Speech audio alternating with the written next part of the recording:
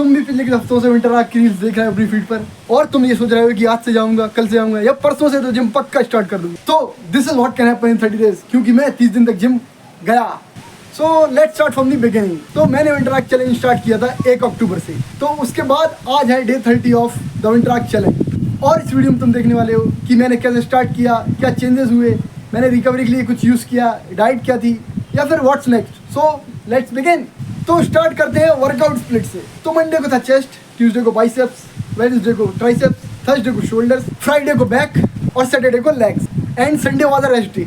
और ये स्प्लिट मैंने रिकवरी को ध्यान में रखते हुए किया था, क्योंकि अगर तुम मंडे को चेस्ट लगाते हो तो तुम्हारे शोल्डर पे भी थोड़ा लोड आता है, तो तुमको एटलीस्ट 2 दिन तक तो शोल्डर पुश करना चाहिए। इसके लिए मैंने ट्यूसडे और वेडनेसडे को बाइसेप्स और ट्राइसेप्स उसमें फिल इन किए, ताकि एक अच्छा खासा गैप मिल सके शोल्डर ट्रेन करने के लिए।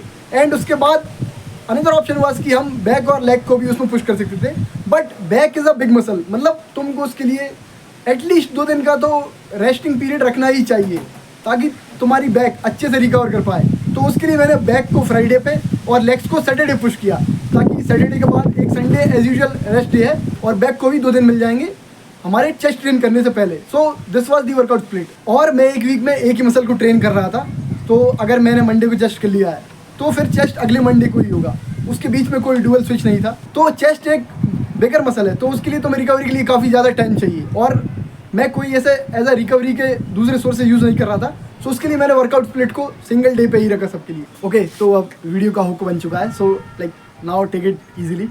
सो the next part is recovery. तो रिकवरी के लिए मैंने क्या लिया, तो कोई ऐसा सप्लीमेंट, कोई रिकवरी थेरेपी तो नहीं। द ओनली रिकवरी मेथड मैंने यूज़ की वो थी स्लीप। सो बस, और क्या, that was the only recovery method I used. And अगला है सेशन ड्यूरेशन और टाइम। बेसिकली तुम कितना टाइम जिम कर रहे हो, तो सबसे ज़्यादा ऑप्टिमल टाइमिंग थी 45 मिनट्स टू एन आवर, क्योंकि उससे ज़्यादा अगर मैं करूँगा तो फिर दिन भर नींद आएगी। So that won't make sense. And इसमें मैंने इनिशियली स्टार्ट किया था faster movements, higher reps, but उसके बाद मैंने स्विच किया slower movements, lower reps, but एक कंट्रोल्ड मूवमेंट के लिए। एंड मैं उसी को कंटिन्यू करना चाहूँगा, क्योंकि वो मतलब काफ़ी ज़्यादा बेनिफिशियल था as compare to faster movement, क्योंकि फास्टर मूवमेंट में रेप्स तो ज़्यादा निकल रहे थे, बट लाइक मसल स्ट्रेच नहीं हो रहा था। सो मुझे लगता है कि उससे उतना ज़्यादा इफेक्ट नहीं पड़ रहा था जितना अगर मैं स्लोअर मूवमेंट रख के कर रहा हूँ उससे पड़ रहा है। एंड मैं इसको बेसिकली आगे भी कंटिन्यू करना चाहूँगा। और अब सब लोगों का चहेता और मन में सबसे बड़ा सवाल कि भाई डाइट क्या थी, प्रोटीन लिया, किस कंपनी का प्रोटीन लिया। So let me break it for you. तो डाइट के लिए एज सच मैंने कोई ऐसा प्रोटीन ब्रांड या फिर प्रोटीन पाउडर या स्टैक कुछ नहीं लिया, जो घर पे बनता था वो खा लेता बेसिकली, या वही थी diet, as simple as that. तो हाँ, मतलब डाइट वाला पार्ट उतना सीरियसली फॉलो नहीं किया मैंने, मतलब मैं चिप्स भी खा लेता था कभी कभी किसी दिन। ओके, सो बाकी सब तो ठीक है। अब बात कर लेते हैं चेंजेस की कि क्या चेंज हुआ बॉडी में। So first let's take a look at the body.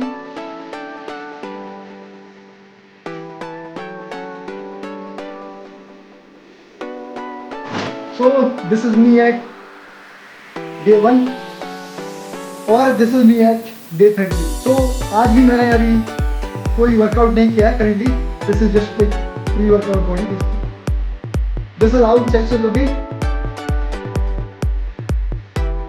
And this is how back is looking. This is biceps and this is how triceps is looking. I don't know, like I like this pose. So हाँ, this is body. So talking about changes, तो मेरे हिसाब से wait तो उतना कम नहीं हुआ है। इनिशियली 71 से 72 की रेंज में था, तो अभी 70 से 71 की रेंज में है।